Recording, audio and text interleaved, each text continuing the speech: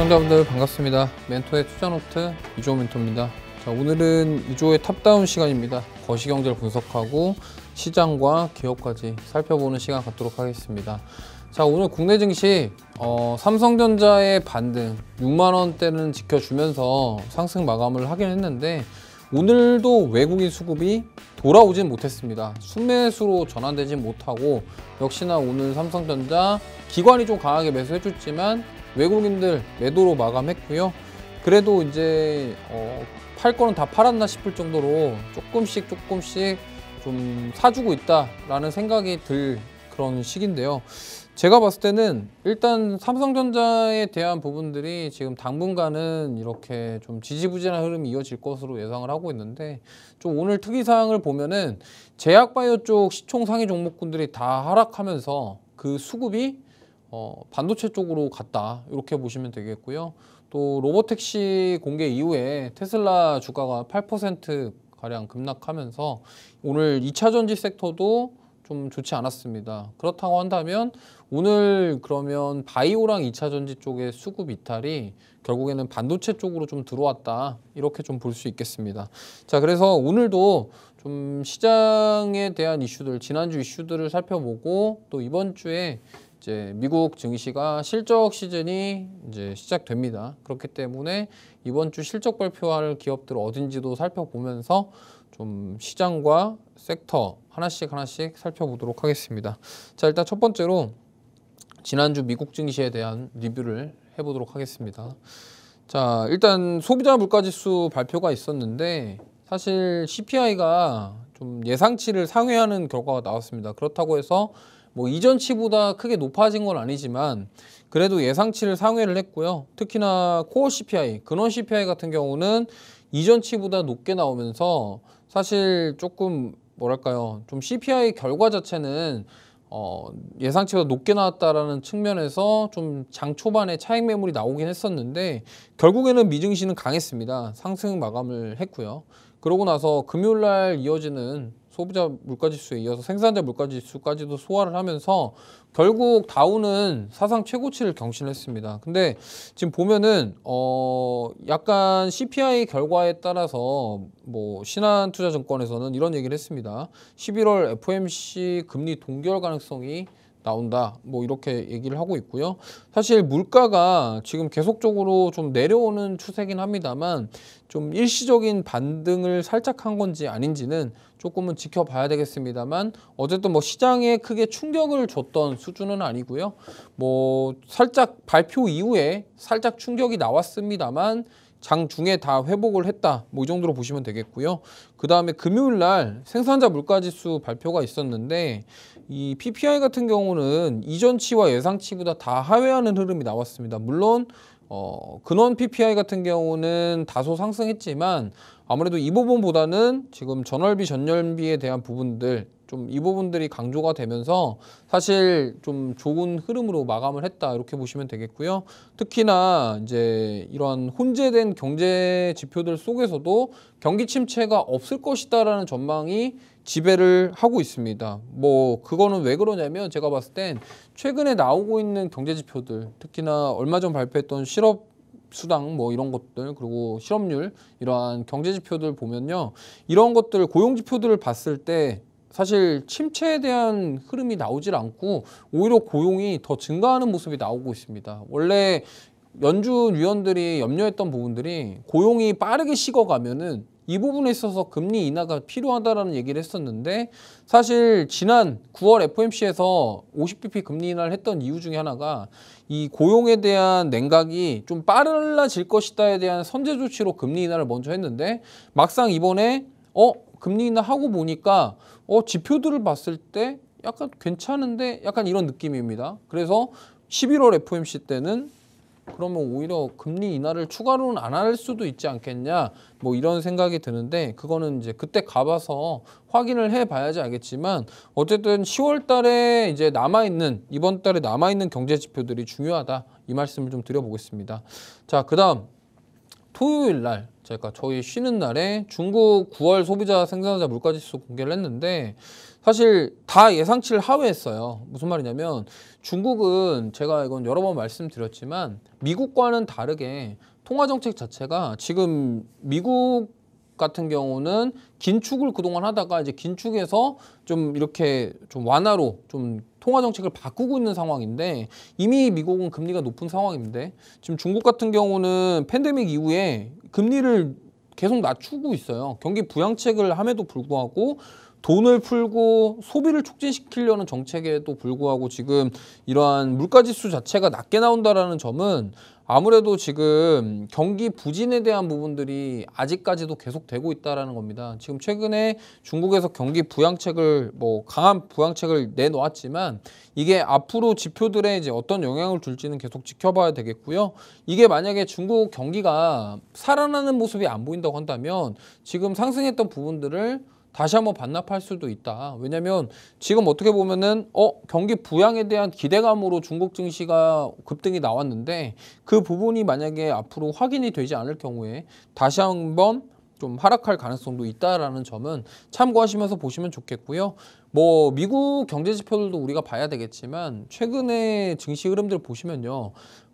특히 아시아 증시 쪽에서 중국이 그런 전 세계적으로 좀 뭐랄까 이런 영향을 주는 게 굉장히 크다라는 것을 느끼셨을 겁니다. 왜냐하면 중국에서 경기 부양책을 강하게 한다라는 이유로 진짜로 막 중국 증시 엄청 올라갔지만 국제 유가도 중국에 의해서 반응을 했었습니다. 근데 최근에 지금 상해 종합 같은 경우도 지금 저렇게 조정이 나오고 있는데 사실 이게 기대감으로 좀 사실 그냥 개인적인 사견으로는 기대감에 좀 너무 많이 오른 거 아닌가 싶기도 하고요. 그만큼 많이 오른 만큼 좀 차익 매물이 좀 많이 나왔습니다. 근데 이게 좀 상해 지수인데 이걸 보면요.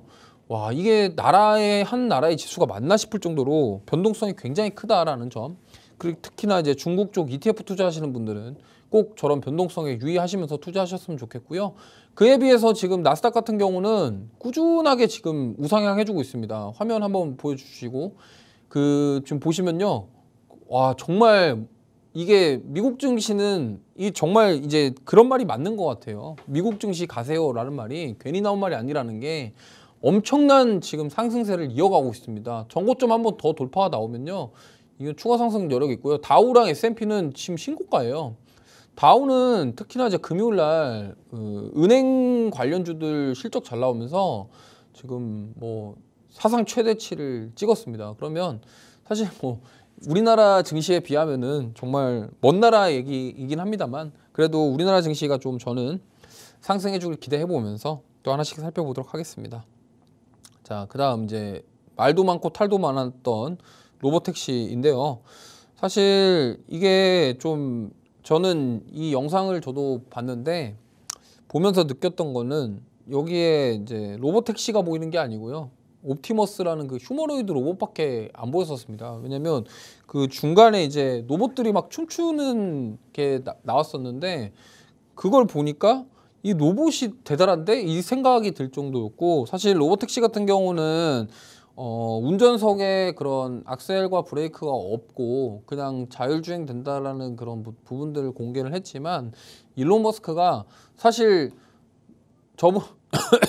일론 머스크가 사실은 그 앞으로에 대한 비전에 대해서 얘기를 하지 않았어요. 그러다 보니까 오히려 저 부분에 대해서 실망을 하고 지금 어떻게 보면은 그냥 주주들 입장에서는 투자자들 입장에서는 에이 저거 계속 얘기했던 건데 사실 별로 의미 없다. 앞으로 뭔가 해야 되는데 저 부분이 사실은 지금 완전 자율주행에 대한 거를 일부 지역부터 내년부터 시작한다고 했지만 결국엔 이거에 대해서 우리가 생각해 봐야 될 게 저게 사고가 나거나 뭔가 문제가 생겼을 때 대책이나 이런 것들이 나온 게 전혀 없어요. 그러다 보니까 이 부분을 조금 우리가 좀 앞으로도 주시해야 되겠다 싶고 지금 로보택시 공개한 이후에 테슬라 주가 급락하면서 오늘 2차 전지주들도 좀 많이 하락을 했는데 사실 일부 저는 차익 매물이라고 생각을 하고 있고 그럼에도 불구하고 아직 반등 여지는 있다라고 생각을 합니다. 테슬라 저렇게 빠졌고 오늘 뭐 반등이 나올지 안 나올지는 좀 봐야 되겠지만 당분간 저 실망에 대한 부분들이 좀 지지부진하게 이어질 것이다. 이렇게 말씀드리겠습니다.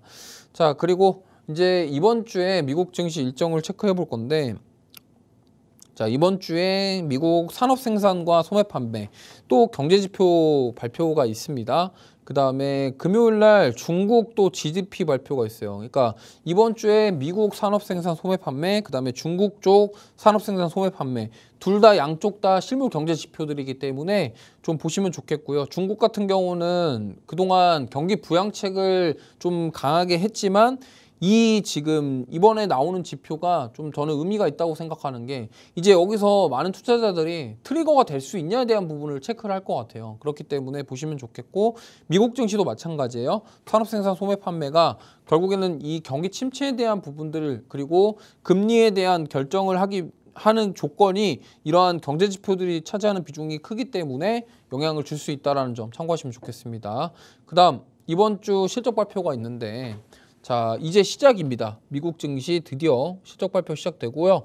자, 수요일 날 장 전인데 ASML 실적 발표가 있는데 요게 이제 수요일 날 오후 시간대겠죠. 장전이니까 우리나라 시간으로 보시면 좋겠고 이날 모건 스탠리도 실적 발표가 있고요. 그 다음에 목요일 날 장전에 TSMC 있는데 저번 주에 나왔던 TSMC 잠정 실적에 이어서 이제 본 실적 발표가 있다. 그리고 목요일 날 장 마감 후 금요일 날 새벽이 되겠죠.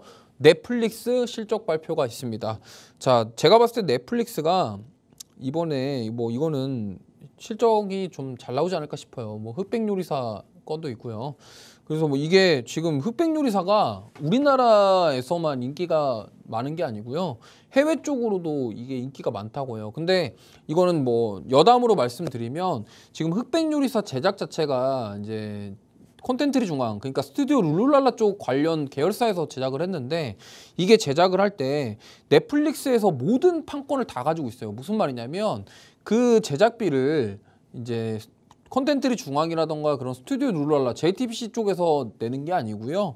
이러한 그런 그 제작사에서 넷플릭스 측에다가 자, 우리 이런 거 만들 건데 제작비가 이만큼 들어가니까 우리가 지원해 주세요 이거거든요. 그럼 넷플릭스는 그거에 맞춰서 지원을 해주는 거고요. 그 안에서 제작사들이 제작비라던가 뭐 그런 여러 가지 비용들을 다 처리를 하기 때문에 지금 최근에 그런 넷플릭스라던가 디즈니 플러스라던가 이런 쪽에서 만드는 그런 오리지널 콘텐츠들은 다 전부 다 IP가 넷플릭스나 그런 제작사 OTT사 쪽에 있고요. 사실 이 스튜디오 룰루랄라 쪽에 IP는 없습니다. 그렇기 때문에 제가 봤을 때는 지금 흑백요리사가 그렇게 흥행을 했음에도 불구하고 이런 IP를 가질 수 없다라는 이유 때문에 제가 봤을 땐 주가가 많이 오르지 않았나 이렇게 생각을 하고 있고요. 그런 측면에서 본다고 한다면 오히려 지금 최근의 트렌드 자체가 OTT 콘텐츠들을 특히나 오리지널 콘텐츠들을 다 IP를 다 넷플릭스 그러니까 그런 OTT 회사에서 직접 가져가 가기 때문에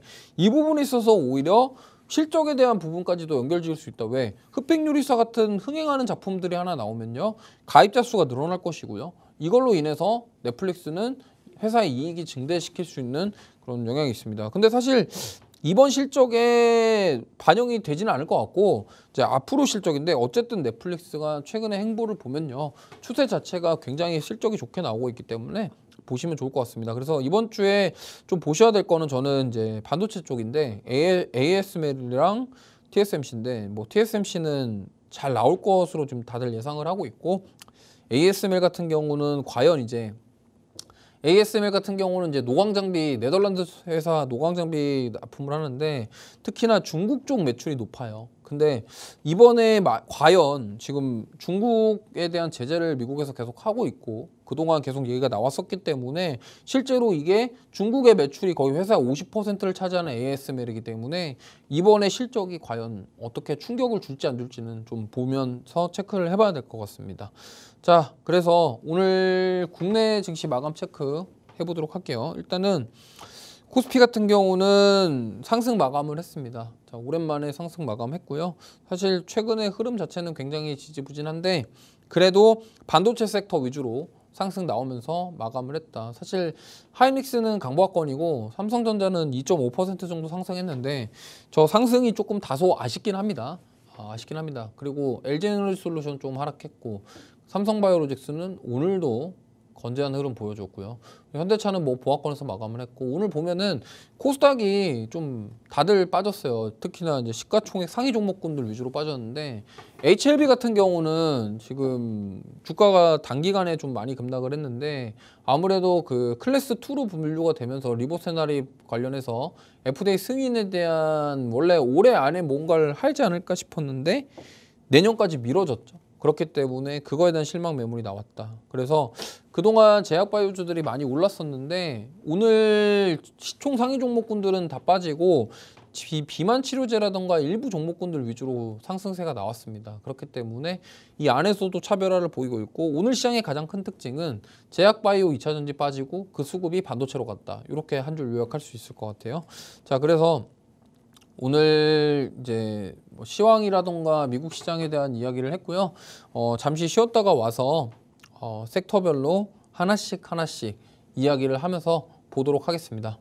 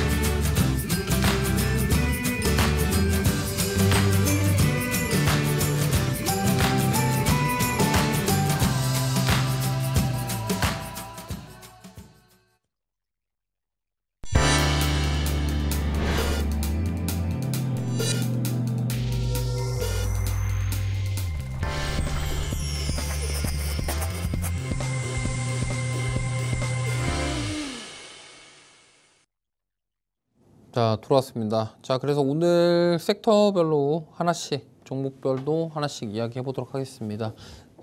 자, 첫 번째로 오늘의 특징 섹터는 반도체입니다. 반도체인데 오늘의 타이틀은 이렇게 정해봤어요. 삼성전자 6만 원 지키고 반등하나. 사실 저도 잘 모르겠습니다. 왜냐면 요즘에 분위기 자체가 매우 안 좋아요. 특히나 지금 삼성전자를 바라보는 그 외국인 투자자들의 시각 자체가 굉장히 부정적이기 때문에 반등이 쉽지만은 않을 것 같습니다. 하지만 그래도 지금 뭐 많은 분들이 좀 투자를 하시고 계시고 좀 많은 분들이 바라보고 계시는 이 삼성전자, 저는 뭐 개인적으로 반등했으면 좋겠는데 과연 이제 이러한 흐름들이 왜 지속되는지를 하나씩 말씀을 드려볼게요. 자, 일단은 지금 차트를 보시면 지금 삼성전자가 7월 11일 날 88,800원을 찍은 다음에 거의 35%, 40% 가까이 빠졌어요.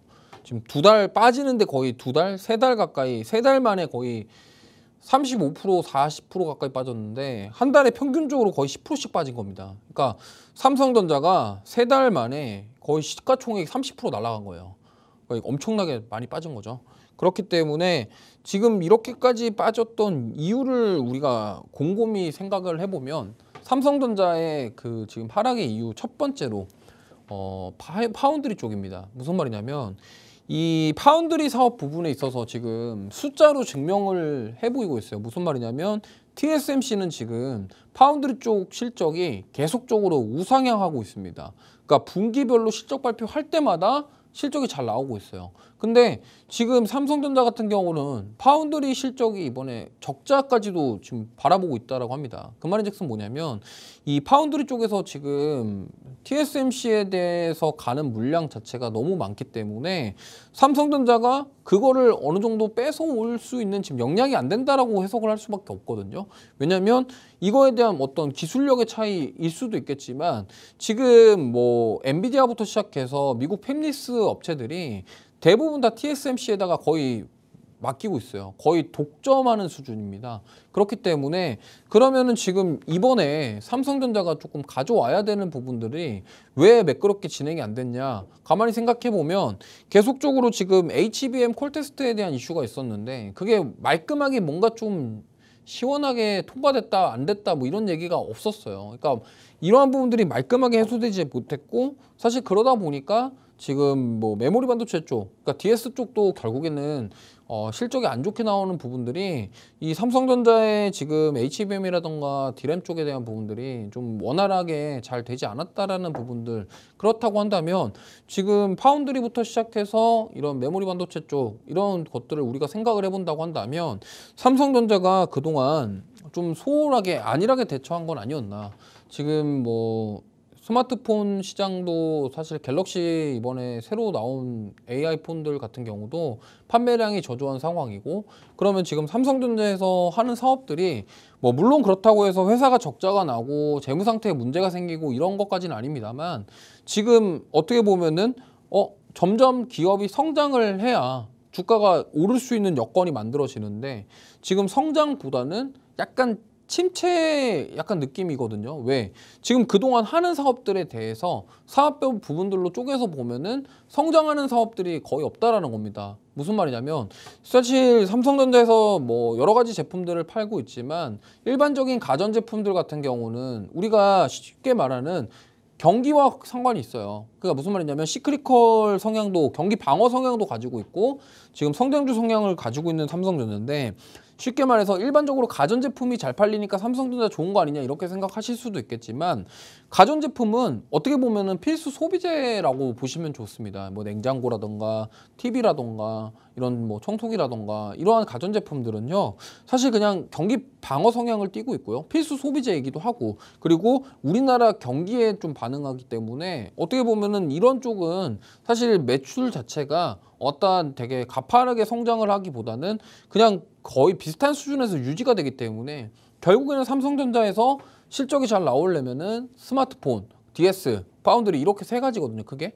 그러면 이쪽에서 뭔가 성과가 나오지 못한다 그러면 삼성전자 주가가 다시금 올라가기에는 쉽지 않을 것이다라는 것이고 그렇다고 한다면 지금 삼성전자가 풀어야 될 숙제는 TSMC에 지금 많이 가고 있는 그 팹리스 기업들의 그 물량들을 어떻게 가져올 수 있냐에 대한 부분들을 삼성전자는 고민해야 됩니다. 그리고 이번에 잠정 실적 나오면서 전 부회장이 지금 사과문을 올렸는데 이것도 사실 저는 좀 약간 이해가 안 됐던 부분이 그러면 보통 이제 주가가 빠졌다고 해서 기업 뭐 거의 부회장급이 이렇게 사과문을 올린다는 건 저는 되게 드문 일이라고 생각을 합니다. 그렇다 한다면 만약에 정상적이었다면 이게 앞으로 우리가 어떻게 하겠습니다가 나와야 정상인데 사과문을 올렸다? 그러면은 지금 당장의 삼성전자에서 어떤 돌파구를 찾지 못하고 있다로 해석해 볼 수 있거든요.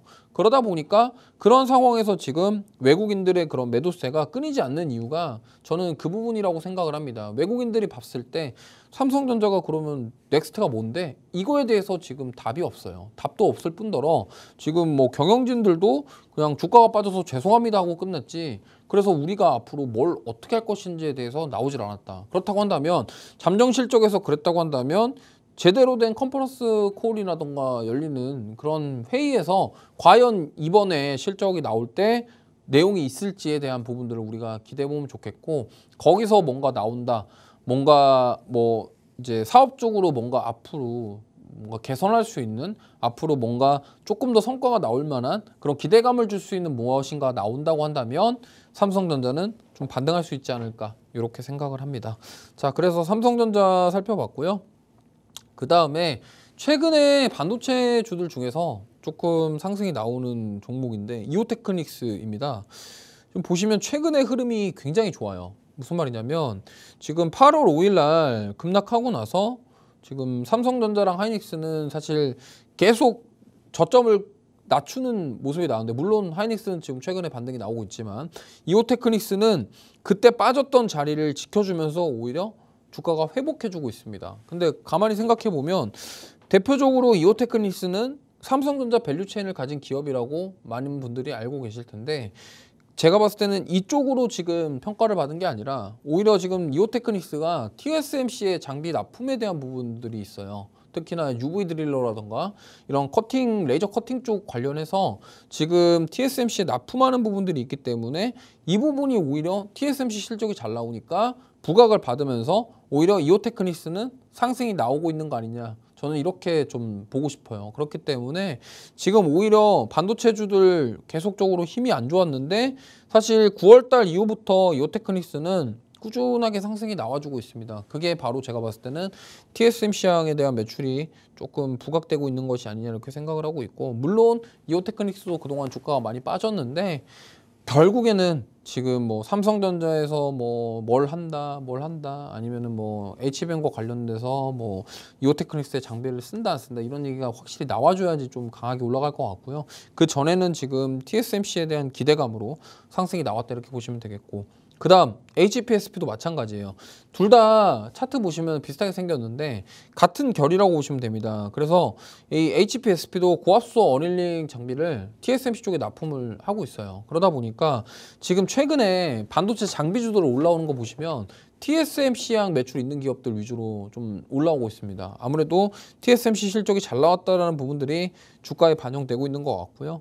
결국에는 이 과거에 HBM 관련주로 불렸던 특히나 두 종목 같은 경우는 굉장히 많이 조정을 받았고, HPSP는 사실 과거에 코스피 시가총액 5등 안에, 코스닥 시가총액 5등 안에 들었던 종목인데 지금은 뭐 참담한 상황입니다만 어쨌든 그래도 지금 저점을 다지면서 좀 올라와주고 있다라는 점. 그렇다면 무슨 말이냐, 지금 HBM 관련주들이 최근에 강한 흐름이 나오고 있는데 그 중에서도 그동안 많이 빠졌던 HPSP라던가 이오테크닉스 같은 종목군들이 최근에 좀 힘을 내주고 있다. 이 정도로 보시면 되겠고, 저는 뭐 지금도 그동안 많이 조정을 받았기 때문에 지금 신규로 접근하시기에도 충분한 가격대다. 이렇게 좀 말씀을 드리면서 넘어가 보도록 하겠습니다. 자, 그다음 두 번째는 전력기기입니다.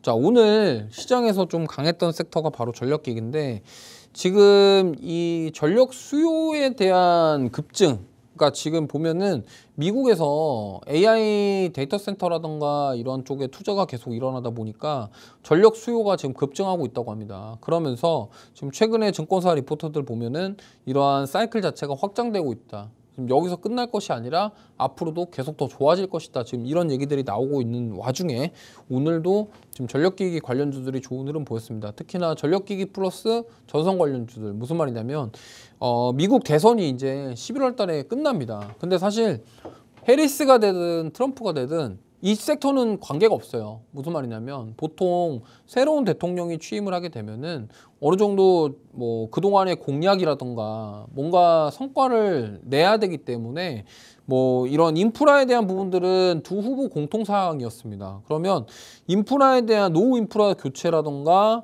이러한 부분들을 함에 있어서 전선이라던가 전력기기 수요가 당연히 늘어날 수밖에 없겠죠. 그러다 보니까 이러한 그런 수요가 늘어나는 상황에서 만약에 지금 뭐 트럼프가 되든 아니면 해리스가 되든 관계없이 둘 중에 누가 되더라도 이러한 AI 산업에 대한 그런 전력망이라던가 이런 노후망들을 당연히 교체를 해야 된다고 인지를 하고 있기 때문에 이 부분에 있어서 수혜를 받을 것이다라는 의견이 지배적입니다. 그러다 보니까 사실 전력기기 관련주들도 그동안 조정이 많이 나온 종목들도 있는데 최근에 좋은 흐름을 보이고 있고요. 저도 이 사이클이 확장된다는 것에는 동의를 하고 있고, 과연 그럼 어닝 서프라이즈 2분기 어닝 서프라이즈 나왔는데 3, 4분기에도 나올 수 있을지를 지켜보시면 좋을 것 같습니다.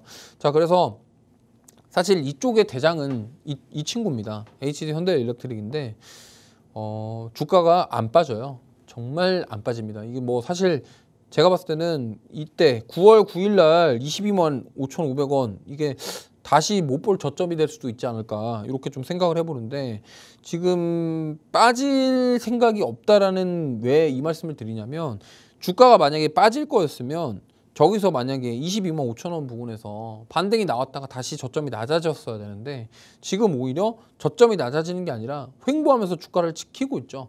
그 말인즉슨 뭐냐면 상승에 대한 모멘텀이 남아있기 때문에 주가가 상승하려고 하는 의지를 지금 보여주고 있다. 저는 이렇게 생각을 합니다.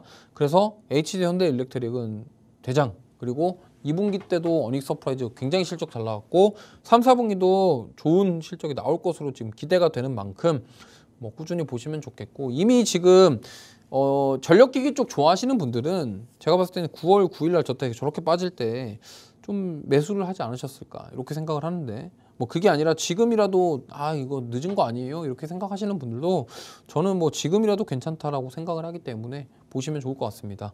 그 다음 자, LS 일렉트릭인데, 자, 이 종목도 정말 조정을 많이 받았어요. 그러니까 좀 저는 이게 과도하게 많이 빠졌다라고 생각을 하는데, 이렇게까지 빠졌던 이유가 바로 이제 그런 지금 3대장 있죠. 전력기기 3대장 중에 실적이 제일 좀 안 좋아요. 그러니까 뭐 그렇다고 해서 막 적자가 나고 이런 게 아니라 그 세 기업들 중에서 실적이 안 좋기 때문에 상대적으로 지금 LS 일렉트릭이 더 많이 빠졌다 이렇게 볼 수 있겠고요.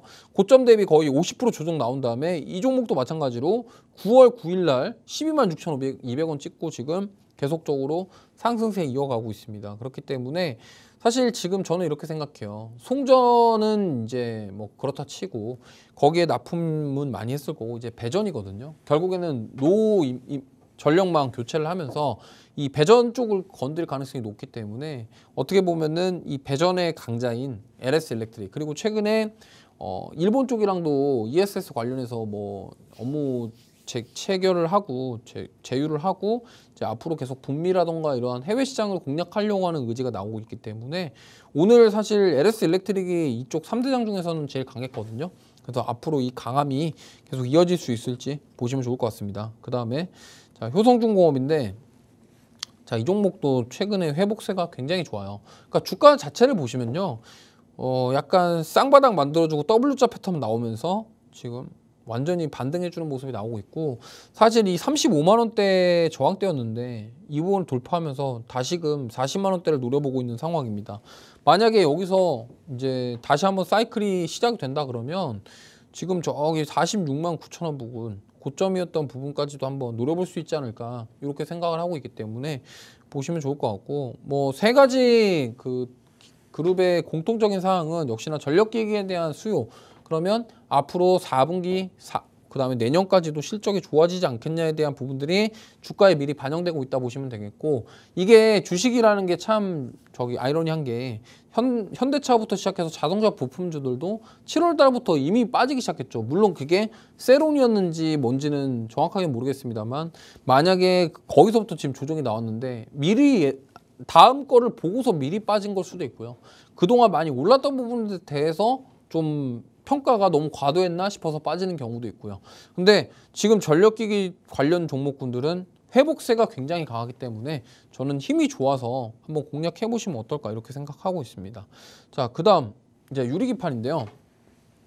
자, 오늘 사실 유리기판주들이 반도체 쪽에서 굉장히 강했습니다. 근데 제가 오늘 생각을 해봤는데 유리기판이 왜 이렇게 오늘 강했을까? 삼성전자나 뭐 이런 하이닉스 같은 경우는 굉장히 뭐 그렇게 썩 강하지 못했는데, 저는 이렇게 생각합니다. 이제 반도체에 대한 반등에 대한 기대감, 그리고 지금 보면은 이 유리기판은 어떻게 보면은 지금 당장에 돈을 버는 산업이 아니라 투자를 해서 앞으로 돈을 만들어 나가야 될 사업이에요. 그렇다고 한다면 왜 유리기판이 부각을 받았냐 보시면은, 삼성전자가 조금이라도 반등 나오면은 제일 빨리 움직이는 게 CXL이라던가 유리기판주들 이런 쪽이 움직입니다. 사실 HBM 관련주들 같은 경우는 옛날에 이제 우리가 과거로 돌아가서 23년도에는 진짜 HBM 관련주들이 너무너무 잘 나갔는데, 지금은 이제 CXL이라던가 유리기판 쪽으로 움직임이 나와요. 그 말인즉슨 뭐냐면, 그 당시에 그러니까 23년도에 HBM에 대한 기대감이 지금 주가에 반영이 됐다고 한다면,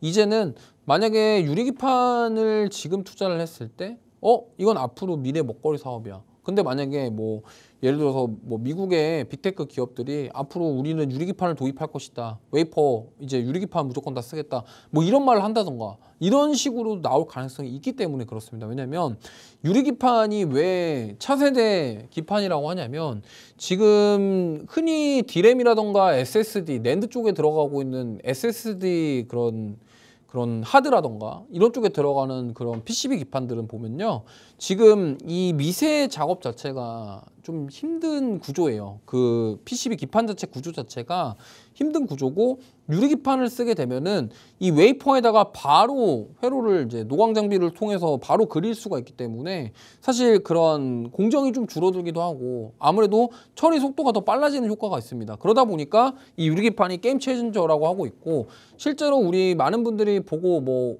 데스크탑 뜯어보시면은 그 안에 메인보드가 들어가 있는데 거기 뭐 디램만 보더라도 아니면 SSD 하드만 보더라도 거기에 녹색깔로 덮여져 있는 PCB 기판을 보실 수 있을 겁니다. 보통은 그 디램이라던가 이런 거는 다 이런 주문형이라기보다는 지금 범용으로 다 규격이 정해져 있는 반도체이기 때문에 지금 메모리 반도체들은 대부분 다 PCB 기판에다가 사용해서 그렇게 납품이 일반적으로 많이 돼요. 그렇기 때문에 만약에 그거를 대처할 만한 이 유리기판 그러면 앞으로 뭐 CXL이라던가 이런 미래의 먹거리 산업에는 유리기판이 더 사용될 것이고 HBM도 나중에는 유리기판으로 되지 않을까에 대한 기대감이 지금 미래 산업에 대한 기대감이 지금 미리 들어오고 있다는 겁니다. 그렇기 때문에 오늘 유리기판주들이 좀 올랐다 이렇게 보시면 되겠고요.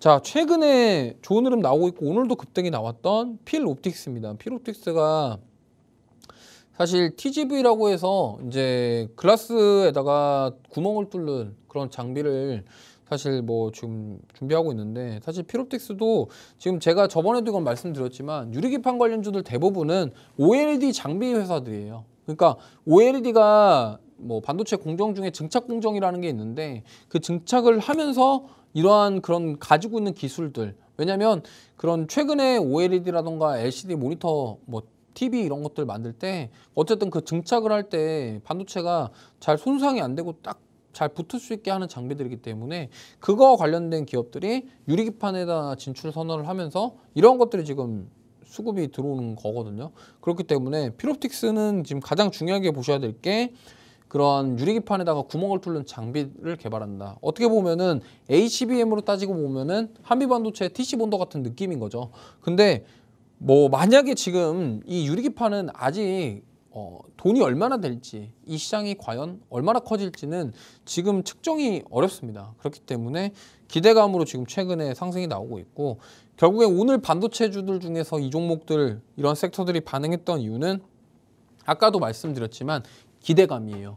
지금 뭐냐면 삼성전자의 기대감이 완전히 거의 땅바닥에 내려와 있는 상태입니다. 그래서 그러면은 주식은 기대감으로 오르는데 그 기대감이 있는 섹터군들에게 많이 집중이 되었다. 이렇게 좀 보시면 좋을 것 같고 그 다음 종목은 이제 SKC입니다. SKC 같은 경우는 사실 최근에 동박에 대한 뭐 가치에 대해서 좀 부각을 받고 있지만 역시나 이 약간 유리기판계 대장 중에 하나인 쌍두마차거든요. SKC랑 삼성전기인데 이 SKC가 최근에 좋은 흐름을 이어가고 있습니다. 그래서 뭐 사실 오늘 뭐 보합권에서 마감을 한 것 같은데 사실은 오히려 저는 뭐 SKC가 과거에도 지금 보시면은 5월 달에 저때 유리기판 갈 때 거의 한 달 만에 2배 올랐었거든요. 그러니까 이런 식으로 지금 변동성이 있다라는 점 참고하시면 좋겠고 근데 되게 웃긴 게 6월 달에 저렇게까지 올라가다가 올라가기 전 가격으로 다시 돌아왔었어요. 9월 초만 해도. 그러니까 이게 이런 걸 조심해야 됩니다. 기대감이 있는 종목군들이 다 좋은데 올라갈 때 진짜 세게 가거든요. 빠질 때 근데 또 무섭게 빠져요. 그러다 보니까 이런 종목군들을 공략하실 때는 좀 타점도 잘 잡으셔야 되고 또 목표가와 손절가를 명확하게 기준을 잡아서 대응을 하셔야지 만약에 고점에서 샀는데 내가 손절 라인 안 정해놓고 대응하다가 지금 보시면은 저기 고점이 20만 원이었는데 한 19만 원, 18만 원 이때 사신 분들 지금 그때 11만 원까지 빠질 때 이게 버티기가 쉽지 않다라는 거죠. 그렇기 때문에 이러한 점들은 감안하셔서 대응하시면 좋겠습니다. 자, 그다음 JNTC도 마찬가지예요. 지금 최근에 9월 10일부터 좀 반등이 나오고 있는데 이 종목은 좀 웃긴 게 다른 유리기판주 갈 때 안 가다가 뒤늦게 좀 움직인 다음에 역시나 이 종목도 오르기 전 가격대로 다시 돌아왔다가 다시 반등 중입니다. 지금 그래서 이렇게 기대감과 이슈가 있는 종목군들은 이런 식으로 올라갈 때도 가파르게 올라가지만 빠질 때는 또 그대로 다 기대감이 소멸되거나 기대감이 부족하거나 기대감이 실망으로 전환되게 되면은 주가가 굉장히 많이 빠질 수도 있다는 점을 꼭 인지해 주시기 바랍니다. 자, 그 다음 비만 치료제인데요. 사실 위고비 출시가 이제 내일인데 비만 치료제는 오늘도 상승이 나왔습니다. 지금 일부 종목군들의 상승이 나왔지만 그래도 지금 시장에서 기대하는 바가 저는 굉장히 크다라고 생각을 하고 있고, 또 많은 분들이 이렇게도 생각하실 수 있어요. 내일 출시니까 오늘부터 세롤 아니냐, 아니면 또 내일 또 세롤 아니냐, 그럴 수도 있어요. 근데 제가 봤을 때는 물론 그럴 수도 있지만 비만 치료제 관련해서 지금 어떻게 보면은 요게 실적에 대한 부분들이 우리가 기대해 볼 수 있는데 사실 그 수혜 보는 종목들은 몇 종목 안 돼요. 근데 지금 시장에서 반응하고 있는 경우는 지금 보면은 블루엠텍 같은 경우도 오늘 조정 나왔거든요. 블루엠텍 같은 경우 오늘 조정 나왔는데 오히려 지금 펩트론 같은 경우는 오늘 상승이 나왔어요. 블루엠텍은 지금 보시면은 저게 싹센다가 과거에 이제 2022년도에 이제 블루엠텍이 싹센다 유통을 담당을 했습니다. 근데 위고비가 이제 싹센다보다 가격이 한 4배 정도 비싸다고 해요.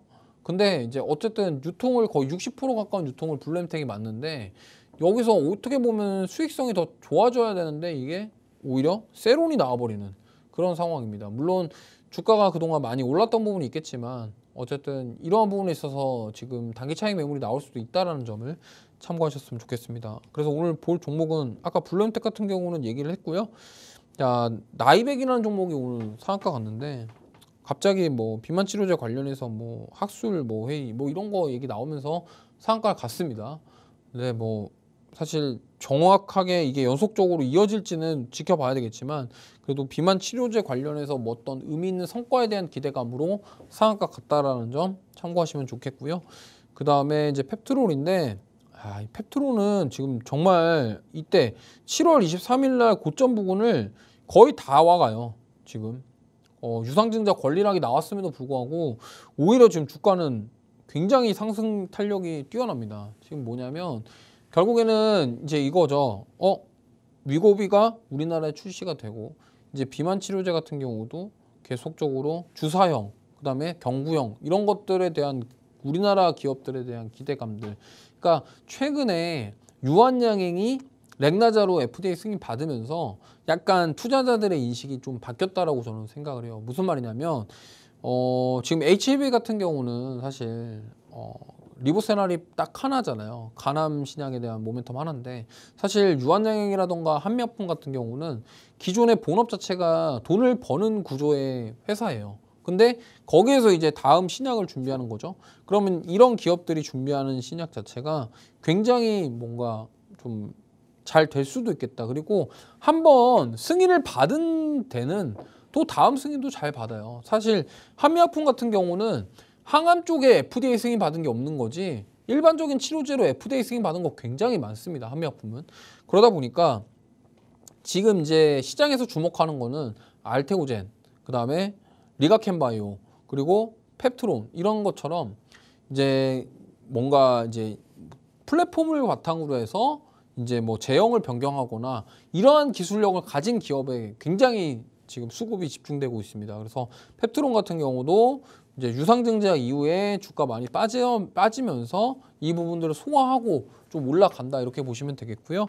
그래서 저는 추가 상승 여력도 충분히 있다라고 생각을 하고 있고 물론 이제 앞으로 얼마나 더 갈지에 대해서는 지금 당장 판단할 수는 없겠지만 그래도 상승 여력이 있다 이렇게 참고하시면 좋겠습니다.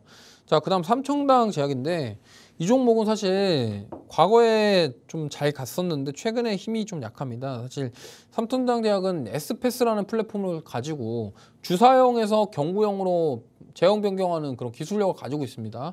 그리고 황방변성 아일리아 관련된 바이오시밀러 진행하고 있고 그다음에 저만제 관련 사업하고 있어서 저는 오히려 만약에 삼천당제약처럼 이렇게 최근에 바이오주도 올라갈 때 많이 못 올라갔던 종목군들이 대안이 될 수 있지 않을까 이렇게 생각합니다.